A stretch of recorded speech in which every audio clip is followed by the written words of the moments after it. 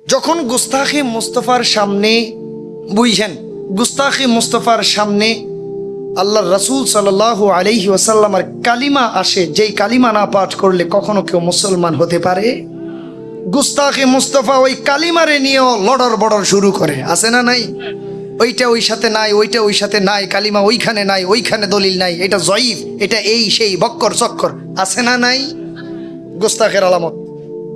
যখন আশিকে রাসূলের সামনে কালিমা আসে, আশিকে রাসূল কালিমা চোখে দেখার সাথে সাথে চোখটা বন্ধ করে দিলটা লাগায়া পড়তে থাকে, লা ইলাহা ইল্লাল্লাহু। সুবহানাল্লাহ বলবেন না? কথা যেটা বললাম সত্য না মিথ্যা? সন্দেহ আসেনি? কোনো সন্দেহ? এটা আশিকে রাসূলের পরিচয়। কেন আশিকে রাসূলরা এটা গ্রহণ করে? কারণ তারা জানে গোটা দুনিয়ার মধ্যে আল্লাহর কাছে আল্লাহর নবীর গুরুত্ব, ভালোবাসা, ইজ্জত, তাজিম ছাড়া আর কোনো কিছুর দাম। ওয়ারাফা'না লাকা, আল্লাহ তাআলা বলছেন নবী মনে রাখেন, পৃথিবীর মধ্যে আমি রাসূল পাঠাইছি, নবী পাঠাইছি, 104খানা আমার কিতাব পাঠাইছি, ওই কিতাবের সাথে আবার রাসূল পাঠাই দিছি। ও নবী মনে রাখবেন, আর কারো জন্য এই আয়াতটুকু আমি নাজিল করি নাই। ওয়ারাফা'না লাকা যিকরাক, নবী মনে রাখেন, এইটা দিয়া বুঝাইলাম আপনার সম্মানটাকে আমি বাড়াইয়া দিছি, বুলন্দ করছি।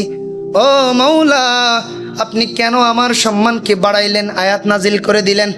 মাওলা বুঝাইতেছে শেষ জমানায় এমন কিছু বান্দা বের হবে যারা বলবে আমি মুসলমান, আমি মুমিন, কিন্তু তাদের ভিতরে ঈমান থাকবে না। এই জন্য তারা আপনি রাসূলের সম্মান নিয়ে কটূক্তি করবে, ছোট করার চেষ্টা করবে, খাটো করার চেষ্টা করবে।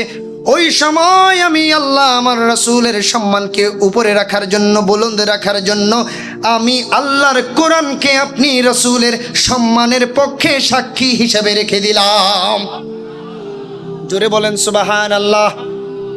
আশিকে রাসূলরা মনে রাখবেন, নবী প্রকৃত মুমিন যারা, তারা আপনার উপর ঈমান আনবে, আপনার প্রতি ভালোবাসা রাখবে, আপনার সম্মান দেখলে তাজিম শুরু করে দিবে।